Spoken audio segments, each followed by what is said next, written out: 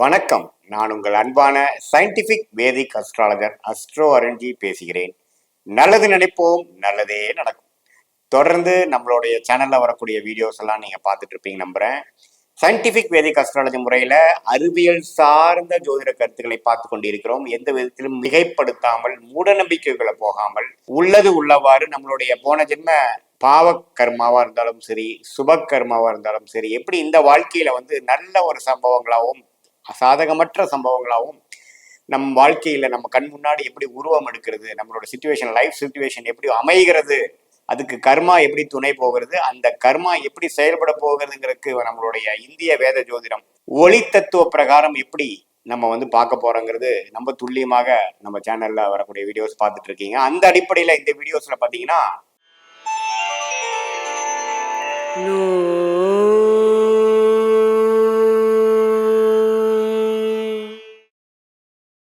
ஒளி தத்துவம் எப்படி நம்மளுடைய வாழ்க்கையில கர்மாவை செயல்படுத்துகிறது பார்க்குறோம். அந்த அடிப்படையில கோச்சார அடிப்படையில ஆண்டு கிரகம் என்று சொல்லப்படுகிற குரு கன்னிராசிக்கு 9ஆம் இடத்திலேயே ஏப்ரல் மாதம் வரை இருக்கிறார்.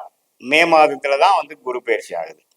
அதே மாதிரி சனி பார்த்தீங்கன்னா 6ஆம் இடத்திலேயே இருந்த சனி இப்ப கரெக்டா ஏப்ரல் மாசம் பிறக்கிறதுக்கு 2-3 நாட்கள் முன்னாடி பாத்தீங்கன்னா சனி பயிற்சி ஆகி 7ஆம் இடத்துக்கு ராசியை பார்க்கிறார். ஸோ 7ஆம் இடத்து ராசி சனி ராசியவே பார்க்கும் பொழுது குரு ராசியை விட்டு பார்க்கறத அடுத்த மாசம் விலகிறார், மே மாதம். ஸோ அப்படிங்கிறப்ப என்ன ஆகுதுன்னா, கன்னி ராசிக்காரர்களுக்கு ஹனிமூன் பீரியட் முடிந்து விட்டது. ஏதாவது கொஞ்சம் அடுத்த கட்ட உழைப்பு, அடுத்த கட்ட முன்னேற்றங்கள் கிடைக்க போகுது. அதுக்கு தகுந்த மாதிரி நம்ம வாழ்க்கையை நகர்த்த போறோங்கிறது நம்ம தெரிஞ்சுக்கணும். ஏன்னா இது வரைக்கும் 2024 ஏப்ரல் மேலேருந்து பார்த்தீங்கன்னா குரு பார்வை இருந்தது, சனி பார்வை, சனி மறைந்திருந்தது. ஒரு மாதிரியா பிரச்சனைகள்ல அதிகமாக நம்ம இன்வால்வ் ஆகாம அப்படியே போஸ்ட்போன் பண்ணிட்டு போயிட்டு இருந்தோம். பட் இந்த 7ஆம் இடத்துக்கு வந்த சனி பார்த்தீங்கன்னா கண்டக சனின்னு கூட சொல்லுவாங்க. அதாவது 7ல் இருக்கக்கூடிய சனி ராசியை பார்க்கும் பொழுது 7ஆம் இடத்து வேலைகள் செய்யும். 7ஆம் இடத்து வேலை என்ன? பங்குதாரர்கள் மூலமாக சில விஷயங்கள், மனைவியாக இருந்தால் கணவர், கனவி இருந்தாலும் கணவனாக இருந்தால் மனைவி, நண்பர்கள், பார்ட்னர்ஸ், கான்ட்ராக்டர்ஸ், கிளையண்ட்ஸ், அசோசியேட்ஸ், இது மாதிரி நீங்கள் அன்றாட வாழ்க்கையில் நீங்கள் யார் யாரை மீட் பண்ணுவீங்களோ உங்களுடைய வாழ்வாதாரத்துக்காக அவங்கள நிறைய ஃபோக்கஸ் இருக்குது. அது மூலமாக சில கிடைக்கிறது, சில பிரச்சனைகள் வரும், சில முன்னேற்றங்கள் இருக்கும். அது மாதிரி மிக்சடான ஒரு விஷயங்கள் கொடுக்கக்கூடிய ஒரு அமைப்பு தான். பட் என்னதான் இருந்தாலும் கன்னிராசிக்கு சனி பார்த்தீங்கன்னா ராஜயோகாதிபதியா இருக்கிறதுனால நிறைய முன்னேற்றங்கள் தான் கொடுக்குறாரோடைய 7ஆம் வீட்டு வழியாக பிரச்சனைகள் அவ்வளவா இருக்காது. ஆனால் உழைக்க வேண்டி இருக்கும். இதுவரை கிணத்துல காலை நீட்டிட்டு தண்ணியை மட்டும் தெளிச்சிட்டு இருந்தவங்க நாம கொஞ்சம் உள்ள குதிச்சு நம்ம குளிக்க வேண்டி இருக்கும். அதாவது முயற்சிகளில் ஒரு எல்லைக்கு போக வேண்டியது இருக்கும். முழுசாக முள்ளு செடி பிடிச்சாலும் முழுசா பிடிக்கணுங்கிற மாதிரி சில விஷயங்கள் இறங்கி பண்ண வேண்டியது இருக்கும். அது நல்லாவே பண்ணுவீங்க. அதே சமயத்தில் மே மாதம் 14ஆம் தேதிக்கு வரக்கூடிய குரு பயிற்சி, ராகுகேது பயிற்சி எல்லாமே ஓரளவுக்கு பிரச்சனைகள்லேருந்து வீடுபட்டு குழப்பங்கள் இல்லாமல் தீர்க்கமாக செய்யப்படக்கூடிய ராகுகேது ராசி விட்டு விலகிறது அருமையான விஷயம். ஸோ இந்த ஏப்ரல் மாதத்தில் உங்களுக்கு கண்டக சனியில் ஸ்டார்ட் ஆகிறப்போ என்ன வருதுன்னா, ராசி அதிபதியாகிய புதனே பார்த்தீங்கன்னா ராசியவே பார்க்குது, அருமையான விஷயம். ஸோ ஏப்ரல் மாதம் முழுவதும் பார்த்தீங்கன்னா கன்னிராசியை பார்த்து உங்களுக்கு என்ன வேணுமோ அது மாதிரி விஷயத்துக்கு நிறையா வேலைகள் செய்யக்கூடிய அமைப்புகள். அதே சமயத்தில் புதனே பார்த்தீங்கன்னா ராகு சனியோட சம்மந்தப்படுது போது கொஞ்சம் டென்ஷன்கள், சில கன்ஃபியூஷன், சில ஸ்ட்ரெஸ், அது மாதிரி விஷயங்கள்லாம் ஏப்ரல் மாதம் கண்டிப்பாக இருக்கக்கூடிய அமைப்புகள் உண்டு. பட் இருந்தாலும் அடுத்த கட்ட நடவடிக்கையாக நீங்கள் சில விஷயங்கள் செய்வதற்காக ஒரு பேசிக்கான சில ஃபவுண்டேஷன் வேலைகளை, சில கான்டாக்ட்ஸு, சில கான்ட்ராக்ட்ஸு, சில முயற்சிகள், சில விண்ணப்பங்கள் அதெல்லாம் செய்யக்கூடிய ஒரு மாதமாக ஏப்ரல் 2025 கன்னிராசிக்காரர்கள் இருக்குதுன்னு தெரிஞ்சுக்கணும். ஃபர்ஸ்ட் ஹாஃப் முடிஞ்சு செகண்ட் ஹாஃப் ஏப்ரல் 14ஆம் தேதிக்கு அப்புறம் சூரிய பயிற்சி ஆகுது. சூரியன் 7ஆம் இடத்துல இருக்கக்கூடிய சூரியன், சுக்கிரன், புதன், ராகு சனியோடு இருக்கக்கூடிய சூரியன் 8ஆம் இடத்துக்கு மாறுறது பார்த்தீங்கன்னா கொஞ்சம் சேஞ்ச் ஆஃப் பிளேஸு. விரையாதிபதியே 8க்கு சம்மந்தப்படும் பொழுது கொஞ்சம் ஒரு இடம் விட்டு இடம் போகிறது, கொஞ்சம் டிராவலிங் கொடுக்கறது, அது மாதிரி விஷயங்கள்லாம் செகண்ட் ஹாஃப்ல எதிர்பார்க்கக்கூடிய அமைப்பு இருக்கு. ஸோ கிட்டத்தட்ட 5 கிரகம் 7ஆம் இடத்துல இருக்கும் பொழுது நீங்கள் அன்றாட பழகக்கூடியவங்கள், கொலீக்ஸு, கஸ்டமர்ஸ் எல்லாமே பார்த்தீங்கன்னா கொஞ்சம் ஃபோக்கஸில் வரும். நம்ம என்ன பேசுகிறோம் என்ன பண்ணுறோங்கிறதுல கொஞ்சம் கிளாரிட்டியோட பண்ணணும்.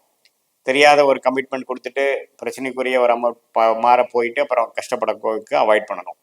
ஸோ அதில் சனியும் ராகும் சம்மந்தப்பட்டிருக்கிறதுனால சம்டைம்ஸ் பார்த்தீங்கன்னா உங்களுடைய கொலீக்ஸு, உங்களோட ஒர்க் பண்ணுறவங்க, தொழில் சார்ந்து இருக்கிறவங்களே உங்களுக்கு எதிராக போகக்கூடிய அமைப்பு, சில பிரச்சனைகள் கொடுக்கக்கூடிய அமைப்புக்கு இது வரைக்கும் ஓரளவு போயிட்டு இருந்தது பற்றி புது டெவலப்மெண்ட் உண்மையாக நாங்கள் இருக்க முடியாதுங்கிற மாதிரி ஒரு அமைப்பு, இதெல்லாம் கொஞ்சம் ஸ்லோவாக டெவலப் ஆகும்.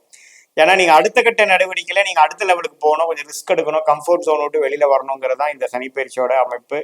இந்த ஏப்ரல் மாதத்துலேருந்தே நீங்கள் பார்த்தீங்கன்னா இதுவரை ஒரு 1.5 வருஷமாக சில முடிவுகளை தள்ளி போட்டுட்டு இருந்து சில முயற்சிக்கான முடிவுகளை தள்ளி போட்டுட்டு இருந்தவர்கள்லாம் பார்த்தீங்கன்னா உண்மையில பண்ணி தான் ஆகணுங்கிற மாதிரி இறங்கி கூச்சிருவீங்கன்னு மாதிரியே சொன்ன மாதிரி. ஸோ அது மாதிரி ஒரு நல்ல அமைப்புகள் இருக்குது. பட் இருந்தாலும் ஸ்ட்ரெஸ்ஸும் அந்த மாதிரி ஒரு கிளாரிட்டி இல்லாமையும் இது எப்படி போய் முடியுமேங்கிறது தெரியாத ஒரு கன்ஃபியூஷனோடையும் இருக்கக்கூடிய அமைப்புகள் இருக்குது. அது மே மாதம் குரு பயிற்சிக்கு அப்புறம் கொஞ்சம் கொஞ்சமாக நமக்கு கிளாரிட்டி கிடைக்கும். ஸோ இது மாதிரி ஒரு டிரான்சிஷனரியான ஒரு இடத்துட்டு ஒரு இடம் மாறுறது, ஒரு மனநிலையிலேருந்து ஒரு மனநிலையில் மாறுறது, ஒரு விஷயத்துக்கு டேபிளில் ஒரு கடவுள் ஒன்று கொடுத்துருக்கிறாரு, அதை வச்சு நம்ம என்ன பண்ண போகிறோங்கிற மாதிரி ஒரு டிரான்சிஷனரி மாறக்கூடிய மாறும் தன்மை உடைய ஒரு மாதமாக ஏப்ரல் 2025 கன்னிராசிக்காரர்களுக்கு இருக்குதுங்கிறது நம்ம தெரிஞ்சுக்கணும். அதில் வந்து ராசியவே இத்தனை கிரகங்கள் பார்ப்பதுனால கொஞ்சம் மன சஞ்சலங்களும் முடிவெடுப்பதில் வந்து ஒரு தீர்க்கம் இல்லாமல் போறதுக்கும் வாய்ப்பு உண்டு. அதனால பார்த்தீங்கன்னா கொஞ்சம் தீர ஆலோசனை பண்ணி முக்கியமான முடிவுகள்லாம் வந்து ஏப்ரல் மாதம் எடுக்காம கொஞ்சம் மே மாதம் குரு பயிற்சி ஆனதுக்கப்புறம் எடுக்கிறது நல்லது. ஸோ பட் இருந்தாலும் சில தேவையான சில விஷயங்கள் மட்டும் பண்ணி அதுக்கு தகுந்த ரிஸ்க் என்ன ரிவார்டு என்னங்கிறதெல்லாம் யோசிச்சு எந்த வயதினராக இருந்தாலும் சரி, மாணவர்களாக இருந்தாலும் சரி, இளம் வயதினராக இருந்தாலும் சரி, முதியோர்களாக இருந்தாலும் சரி, தொழிலதிபர் அது மாதிரி இருந்தாலும் கொஞ்சம் நீங்கள் திட்டங்களை நீங்கள் போட்டு வைக்கிறது வந்து கொஞ்சம் 2-3 பேர்த்துக்கிட்ட செக் பண்ணி இது கரெக்டாக நீங்கள் போகிற டைரக்ஷன் கரெக்டானு செக் பண்ணிட்டு போகிறது நல்லது. ஏன்னா இன்னைக்கு ஏப்ரல் மாதம் நீங்கள் எடுத்து வைக்கிறது பார்த்தீங்கன்னா அடுத்த ஒரு 1-2 வருஷத்துக்கு ஒரு தீர்க்கமாக ஒரு டைரக்ஷனில் போகக்கூடிய அமைப்புகளாக போயிடும். ஸோ அதனால் கொஞ்சம் தீர யோசனை பண்ணி மே மாதத்துக்கு அப்புறம் பண்ணக்கூடிய அமைப்புகள் வந்து ஒரு தீர்க்கமான ஒரு நல்ல ஒரு சாதகமான ஒரு பலன்களை கொடுக்குங்கிறது நீங்கள் தெரிஞ்சுக்கணும். இல்லத்தரசிகள்லாம் பார்த்தீங்கன்னா 7ஆம் இடத்துலேயே ராகு சுக்கிரன்லாம் சம்மந்தப்படும் பொழுது கொஞ்சம் கருத்து வேறுபாடுகள், சில பிரச்சனைகள், சில பேர்த்துக்கு பார்த்தீங்கன்னா காதல் கை கூடுறது, கலப்பு திருமணங்கள் வந்து கொஞ்சம் கைகூடுற விஷயங்கள், இதெல்லாம் வந்து நடக்கக்கூடிய அமைப்புகள் உண்டு. நம்மளுடைய சர்க்கிள் இல்லாதவங்களோட பழகிட்டு இருந்தது நெக்ஸ்ட் லெவல் போகிறது, சம்டைம்ஸ் தெரியாத ஒருத்தர்கிட்ட போய் கொஞ்சம் மாட்டிக்கிறதுங்கிற மாதிரி இருக்கும். என்னால் யாரோட எப்படி பழகிறோம் என்ன பேசுகிறோங்கிறதெல்லாம் கொஞ்சம் கிளியராக பண்ணுறது நல்லது. ஏன்னா ராகு சனி சம்மந்தப்படுறாங்க. ஒரு கிட்டத்தட்ட ஒரு 10 நாள் 15 நாள் பார்த்தீங்கன்னா மெஜாரிட்டி ஆஃப் த ஏப்ரல் மாதமும் சனி பயிற்சிக்கு அப்புறம் தான் கன்னி ராசிக்கு வந்து நம்ம ஏப்ரல் மாதத்தில் 7ஆம் இடத்துக்கு வர்றதுனால கொஞ்சம் நீங்கள் அன்றாட வாழ்க்கையில் பழகிறவங்க நண்பர்கள் முதலே சொன்ன மாதிரி நீங்கள் சந்திக்கக்கூடியவங்களோட கிளாரிட்டியோட அவங்க பேக்ரவுண்ட் என்ன அப்படிங்கிறதெல்லாம் தெரிஞ்சு அதுக்கு தகுந்த மாதிரி நீங்கள் உறவுகளை மேம்படுத்திக்கணுமே ஒழிய எடுத்தமா கவுத்தமா போனோம்னா கடைசியாக நீங்கள் தப்பான டிசிஷன் எடுத்துட்டீங்களோங்கிறது கடைசி ஃபீல் பண்ண வேண்டியதாக போயிடும். ஸோ ஒரு மாதிரி டிரான்சிஷனராக பீரியடு கொஞ்சம் கவனமாக இருக்கக்கூடிய அமைப்பாக கேள்விப்படுகிறோம். மற்றபடி உடம்பு உபாதைகள் அது மாதிரி விஷயங்கள்லாம் பெரிய தொந்தரவு இல்லை. அப்புறம் பார்த்தீங்கன்னா இது ஒரு பொதுவான பலன்களை தவிர உங்களுடைய ஜென்ம ஜாதகத்தில் வந்து எத்தகைய தசாபுக்திகள் போய் கொண்டு இருக்கிறது, உங்களுடைய லக்னம் என்ன மாதிரி தசைகள் புக்திகள் போய் கொண்டு இருக்குது, அது யோகமான தசைகளா, அந்த மாதிரி தசநாதன் இப்போ கோச்சாரத்தில் எந்த மாதிரி போயிட்டு இருக்காருங்கெல்லாம் துல்லியமாக நம்ம மிக்ஸ் பண்ணி பார்க்கும் பொழுது உங்களுடைய ஷார்ட் டேர்ம் ஃபியூச்சர் எப்படி இருக்க போகுது, லாங் டேர்ம் ஃபியூச்சர் எப்படி இருக்க போகுது அப்படிங்கிறது துல்லியமாக நம்ம இந்திய வேத ஜோதி அடிப்படையில் எடுத்து அதுக்கு தகுந்த மாதிரி ஒரு சஜஷன் கொடுத்து நம்ம வாழ்க்கையில் டெசிஷன் எடுத்து மீண்டும் மேலே வர முடியுங்கிறது நீங்கள் தெரிஞ்சுக்கணும். இது பொதுவான பலன்களே. மீண்டும் மற்றொரு காணொலியில் சந்திப்போம். நன்றி, வணக்கம்.